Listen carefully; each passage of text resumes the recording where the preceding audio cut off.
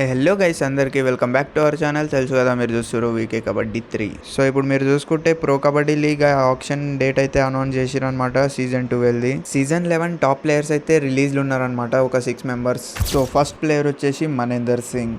So playing చూసుకుంటే Maninder సింగ్ది season 10లో season 11లో అంత మంచిగా అయితే లేదు, అందుకోసమే డిమాండ్ బి ఎక్కువ ఉండదని నేను అనుకుంటున్నా.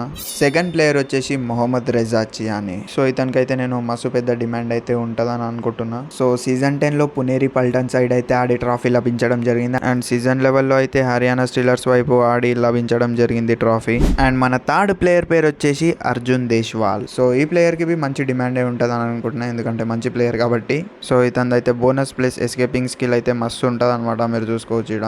అండ్ టో టచ్ అయితే నేను చెప్పని అవసరం లేదు, జెట్ స్పీడ్ లో చేసేస్తాడు అనమాట, మీరు చూసుకోవచ్చు ఇక్కడ. ఫోర్త్ ప్లేయర్ పేరు వచ్చేసి దేవాంగ్ దలాల్. ఇతనికి చాలా చాలా పెద్ద డిమాండ్ ఉంటుంది అని అనుకుంటున్నా. దేవాంగ్ చూస్తేనే అర్థమవుతుండొచ్చు, టాల్ రైడర్ అనమాట ఇతను. అండ్ పట్నా పైలట్స్ కి ప్లే ఆఫ్ దాకా తీసుకుపోయింది ఇతనే. ఫిఫ్త్ ప్లేయర్ పేరు వచ్చేసి పవన్ షెరావత్. ఇతనికి హై ఫ్లయర్ అని పిలుస్తారు. పవన్ షెరావత్ కి మంచి డిమాండే ఉంటుందని అనుకుంటున్నా.